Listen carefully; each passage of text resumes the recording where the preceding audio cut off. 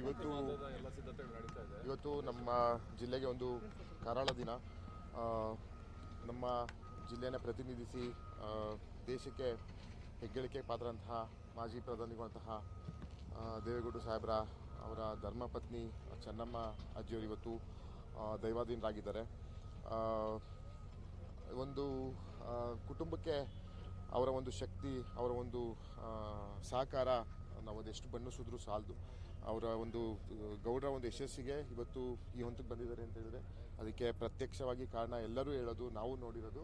ಅದಕ್ಕೆ ಚೆನ್ನಮ್ಮಾಜಿಯವರು ಇವತ್ತು ಅವರ ಆತ್ಮಕ್ಕೆ ಶಾಂತಿ ಕೊಡಬೇಕು ಅಂತ ನಾವೆಲ್ಲ ಆ ದೇವರಲ್ಲಿ ಪ್ರಾರ್ಥನೆಯನ್ನು ಮಾಡೋಣ. ಜೊತೆಗೆ ಆ ಭಗವಂತ ಅತ್ಯಂತ ಹೆಚ್ಚು ಶಕ್ತಿಯನ್ನು ನಮ್ಮ ಗೌಡರಿಗೆ ಕೊಡಬೇಕು. ಯಾಕಂತ ಹೇಳಿದ್ರೆ ಅವರು ಇಳಿ ವಯಸ್ಸು, ಅವರು ಸಹ ಸುಮಾರು 95 ವಯಸ್ಸಿನಲ್ಲಿ ಈ ಒಂದು ದುಃಖವನ್ನು ಭರಿಸುವಂಥ ಶಕ್ತಿಯನ್ನು ಕೊಡಲಿ ಅಂತ ನಾವೆಲ್ಲ ದೇವರಲ್ಲಿ ಪ್ರಾರ್ಥನೆಯನ್ನು ಮಾಡೋಣ. ನಮ್ಮ ಅಜ್ಜಿ ಶಾಂತಮ್ಮ ಅವರು, ಇವರು ಚೆನ್ನಮ್ಮ ಅಜ್ಜಿಯವರೆಲ್ಲ ಒಂದೇ ಕುಟುಂಬದ ಸಮಕಾಲೀನರು, ಸಂಬಂಧಿಗಳು. ಜೊತೆಗೆ ಮುತ್ತಿಗೆರಳ್ಳಿ, ಕಲ್ಲುಗುಡುಗಿನಲ್ಲಿ ಎಲ್ಲ ಅಕ್ಕಪಕ್ಕದವ್ರೆ. ರಾಜಕೀಯ ವ್ಯತ್ಯಾಸದ ಬೆಳವಣಿಗೆಯಿಂದಾಗಿ ಆವಾಗ ವ್ಯತ್ಯಾಸ ಆಗಿದ್ಬಿಟ್ರೆ ಒಂದು ಅತ್ಯಂತ ಬಾಂಧವ್ಯವಾದಂಥ ಕುಟುಂಬ ನಮ್ಮದು ಮತ್ತು ಗೌಡರ ಕುಟುಂಬ. ಇವತ್ತು ಎಲ್ಲೋ ಒಂದು ಹಿರಿಯ ಮುತ್ಸದಿ ಕಳ್ಕೊಂಡಿದ್ದೀವಿ ಅನ್ನೋದು ನಮಗೆಲ್ಲ ಒಂದು ಅಪಾರವಂತಹ ನಷ್ಟ. ನಾನು ಭಗವಂತನಲ್ಲಿ ಪ್ರಾರ್ಥನೆಯನ್ನು ಮಾಡ್ತೀನಿ, ಲಕ್ಷ್ಮೀ ರಂಗನಾಥ ಸ್ವಾಮಿಯಲ್ಲಿ ಈ ಶಕ್ತಿಯನ್ನು ಆ ಗೌಡ್ರಿಗೆ ಶಕ್ತಿ ಕೊಡಲಿ ಆ ದೇವರು. ಇನ್ನಷ್ಟು ಈ ದುಃಖನ ಅದು ಹೇಗೆ ಭರಿಸ್ತಾರೋ ಅದನ್ನು ಶಕ್ತಿ ಕೊಡಲಿ ಅಂತ ನಾವು ಪ್ರಾರ್ಥನೆ ಮಾಡೋಣ. ಜೊತೆಗೆ ಜಿಲ್ಲಾಡಳಿತ, ಜಿಲ್ಲಾ ಪೊಲೀಸ್ ಇಲಾಖೆ ವತಿಯಿಂದ ನಾವು ಅಗತ್ಯ ಕ್ರಮವನ್ನು ಇವತ್ತು ಎಲ್ಲ ಅಂತ್ಯಕ್ರಿಯೆ ಪಾಲ್ಗೊಳ್ಳಲಿರುವ ಗಣ್ಯಾತಿ ಗಣ್ಯರಿಗೆ, ಸಾಮಾನ್ಯ ಜನರಿಗೆ, ಎಲ್ಲ ಕುಟುಂಬ ವರ್ಗದವರಿಗೆ ಎಲ್ರಿಗೂ ಸಿಬ್ಬಂದಿಗಳಿಗೆ ನಾವು ಸಿಬ್ಬಂದಿ ನೇಮಕ ಮಾಡ್ಕೊಂಡಿದ್ವಿ.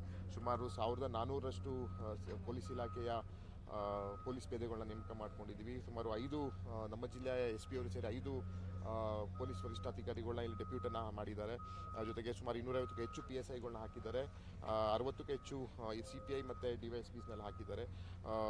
ಅವರ ಏನು ಕುಮಾರಣ್ಣ ಅವರ ಒಂದು ಮಾರ್ಗದರ್ಶನದಂತೆ ಬೆಂಗಳೂರನ್ನು ಬಿಟ್ಟು ನಮ್ಮ ಜಿಲ್ಲೆಗೆ ಸುಮಾರು ಸಂಜೆ ವೇಳೆಗೆ ನಮ್ಮ ಹಿರಿಸವೆ ಬಾರ್ಡ್ರಿಗೆ ನಾವು ಪಾರ್ಥಿವ ಶರೀರವನ್ನು ಗೌರವ ರೀತಿಯಲ್ಲಿ ನಾವು ಬರಮಾಡಿಕೊಳ್ಳುವಂಥ ಕೆಲಸವನ್ನು ಮಾಡ್ತೀವಿ. ಅದಾದ ನಂತರ ಚನ್ನಪಟ್ಟಣ ತಾಲೂಕು ಕಚೇರಿ ಮುಂದೆ ಮಾಡಬೇಕಂತ ಒಂದು ಅಲ್ಲಿಯ ಅಭಿಮಾನಿಗಳ ಒಂದು ಒತ್ತಾಯ. ಜೊತೆಗೆ ಉದಯಪುರ, ಶಾಂತಿಗ್ರಾಮ, ಡೈರಿ ಸರ್ಕಲ್ಲು ಮತ್ತು NR ಸರ್ಕಲ್ ಈ ಮುಖಾನ ಬಂದು ಅಲ್ಲಿಂದ ನಮ್ಮ ಮೊಸಳೆ ಹೊಸಳ್ಳಿ ಏನು ಮೊಸಳೆ ಹೊಸಳ್ಳಿಯಿಂದ ಬಂದು ಮಾನ್ಯ ಒಳೇನ್ಸ್ಪುರ ಕ್ಷೇತ್ರ ಶಾಸಕರಂತಹ HD ರೇವಣ್ಣ ಸರ್ ಅವರ ಒಂದು ಮನೆಯಲ್ಲಿ ರಾತ್ರಿ ಸಾರ್ವಜನಿಕ ದರ್ಶನಕ್ಕಿಟ್ಟು ನಾಳೆ ಬೆಳಗ್ಗೆ ಇವರು ಅಂತಿಮ ವಿಧಾನವನ್ನು ಶುರು ಮಾಡ್ತಾರೆ ಅಂತ ಕುಟುಂಬ ವರ್ಗದವರ ಮಾಹಿತಿಯ ಪ್ರಕಾರ ಅದೇ ರೀತಿಯ ಸಿದ್ಧತೆಯನ್ನು ನಾವು ಮಾಡ್ಕೊಂಡಿದ್ದೀವಿ. ಅಚ್ಚುಕಟ್ಟಾಗಿ ಶಾಂತಿಯುತವಾಗಿ ನಡೀಬೇಕು ಅನ್ನೋದು ನಮ್ಮೆಲ್ಲರ ಒಂದು ಆಸೆ. ಜೊತೆಗೆ ಘನ ಸರ್ಕಾರದ ಮುಖ್ಯಮಂತ್ರಿಗಳಂತ DK ಶಿವಕುಮಾರ್ ಸಾಹೇಬರು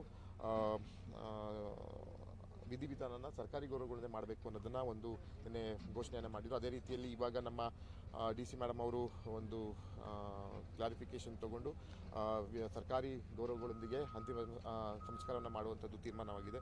ಎಲ್ಲ ರೀತಿಯಲ್ಲಿ ಸನ್ನದ್ಧರಾಗಿದೆ ಜಿಲ್ಲಾಡಳಿತ. ಮೃತರ ದರ್ಶನವನ್ನು ಅವ್ರನ್ನ ಕಳಿಸ್ಕೊಳ್ಳೋ ರೀತಿಯನ್ನು ಗೌರವಪೂರ್ವಕವಾಗಿ ಮಾಡಬೇಕು ಅನ್ನೋದು ನಮ್ಮೆಲ್ಲರ ಆಸೆ, ನಮ್ಮೆಲ್ಲರ ಒಂದು ಗೌರವ. ಹಾಗಾಗಿ ನಾಳೆ 2 ಗಂಟೆ ವೇಳೆಗೆ ಅವರು ಚಾಪರ್ ಮುಖೇನ ಹರದನಹಳ್ಳಿ ಏನು ಒಂದು ಹೆಲಿಪ್ಯಾಡ್ ಇದೆ ಅಲ್ಲಿಗೆ ಬಂದು ಗೌರವಾನ್ವಿತರ ಅಂತ್ಯ ಸಂಸ್ಕಾರ ಪಾಲ್ಗೊಳ್ಳುವಂಥ ಕೆಲಸ ಮುಖ್ಯಮಂತ್ರಿಗಳಂತಹ DK ಶಿವಕುಮಾರ್ ಸಾಹೇಬರು ಅಂತ್ಯ ಸಂಸ್ಕಾರದಲ್ಲಿ ಸುಮಾರು 2 ಗಂಟೆ ವೇಳೆಗೆ ಬಂದು ಮೃತರ ಅಂತ್ಯ ಸಂಸ್ಕಾರಕ್ಕೆ ಭಾಗವಹಿಸುವಂಥ ಕೆಲಸವನ್ನು ಅವರು ಮಾಡಲಿದ್ದಾರೆ. ಒಟ್ಟಾರೆ ನಮ್ಮ ಎಸ್ಪೆಷಲಿ ನಮ್ಮ ತಾಲೂಕಿಗೆ ಒಂದು ತುಂಬಲಾದಂತಹ ನಷ್ಟ, ಒಂದು ಹಿರಿಯ ಜೀವನ ನಾವು ಕಳ್ಕೊಂಡಿದ್ದೀವಿ. ನಮ್ಮ ರಾಜಕೀಯ ಏನೇ ಇರ್ಬೋದು, ನಮ್ಮ ಕುಟುಂಬ ಅವ್ರ ಕುಟುಂಬ ಒಂದು ಕಾಲದಲ್ಲಿ ಒಗ್ಗಿಟ್ಟಿದ್ದು ಅಂತ ಎಲ್ಲ ನಮ್ಮ ಪೂರ್ವಜರು ಹೇಳ್ತಾ ಇದ್ದಾರೆ. ಅದೇ ರೀತಿಯಲ್ಲಿ ಇವತ್ತು ಅವ್ರನ್ನ ಕಳಿಸ್ಕೊಳ್ಳುವಂಥದ್ದು ನಮ್ಮೆಲ್ಲರ ಜವಾಬ್ದಾರಿ. ಗೌರವಯುತವಾಗಿ ಅಂತಿಮ ವಿಧಿವಿಧಾನ ಮಾಡುವಂಥದ್ದು. ಆ ರೀತಿಯಲ್ಲಿ ಇವತ್ತು ಬಂದಿದ್ದೀವಿ. ಈಗ ಮಾನ್ಯ ಶಾಸಕರಂತಹ ರೇವಣ್ಣ ಸಹರ ಇಲ್ಲಿ ಬರ್ತೀವಿ ಅಂತ ಹೇಳಿದ್ದಾರೆ. ಅವ್ರ ಸಹ ಜೊತೆ ಮಾತನಾಡಿ ಇನ್ನೂ ಏನಾದ್ರು ಹೋಗುಗಳು ಆಗಬೇಕಾಗಿದ್ರೆ ಅವ್ರ ಮಾರ್ಗದರ್ಶನದಲ್ಲಿ ಮಾಡುವಂಥ ಕೆಲಸವನ್ನು ನಾವು ಮಾಡ್ತೀವಿ. ಎಲ್ಲಿ ಬರ್ತಾರೆ ಸರ್? ಅಲ್ಲ, ಈಗ ಸುಮಾರು ಕೇಂದ್ರ ಸಚಿವರು, ರಾಜ್ಯ ಸಚಿವರು ಬರುವಂತಹ TPs ಈಗ ಬರ್ತಾ ಇದೆ. ಆದರೆ ಇವಾಗ ನಮ್ಗೆ ಕನ್ಫರ್ಮ್ ಆಗಿರೋದು ಗೌರವಾನ್ವಿತ ಮುಖ್ಯಮಂತ್ರಿಗಳು ಬರ್ತಾರೆ ಅಂತ. ಅವರು ಹೆಲಿಪ್ಯಾಡು ನಮಗೆ ಹತ್ರ ಇರೋದು ಹರದನಹಳ್ಳಿದು, ಹಾಗಾಗಿ ಅಲ್ಲಿಗೆ ಬರ್ತೀವಿ ಅಂತ ಅವ್ರ ಕಚೇರಿಯಿಂದ ನಮಗೆ ಮಾಹಿತಿ ಬಂದಿದೆ. ಬೆಳಗ್ಗೆ ಸಹ ಗೌರವಾನ್ವಿತ ಮುಖ್ಯಮಂತ್ರಿಗಳು ಮಾತಾಡಿದ್ರು, ನಾನು ಅಂತ್ಯ ಸಂಸ್ಕಾರಕ್ಕೆ ಭಾಗವಹಿಸ್ತೀನಿ, ಅಲ್ಲಿ ಏನೇನು ಹೋಗುಗಳನ್ನ ನೀವು ನೋಡ್ಕೋಬೇಕು, ನಿಮ್ಮ ಜವಾಬ್ದಾರಿ ಇರ್ತದೆ, ನಾಳೆ ದಿನ ಅವ್ರ ಗೌರವವನ್ನು ನಾವು ಸೂಸುವಂಥ ಕೆಲಸವನ್ನು ನಾವು ಬಿಡಬೇಕು ಅಂತ ಗೌರವಾನ್ವಿತ ಮುಖ್ಯಮಂತ್ರಿಗಳು ನಮಗೆ ನಿರ್ದೇಶನವನ್ನು ಕೊಟ್ಟಿದ್ದಾರೆ.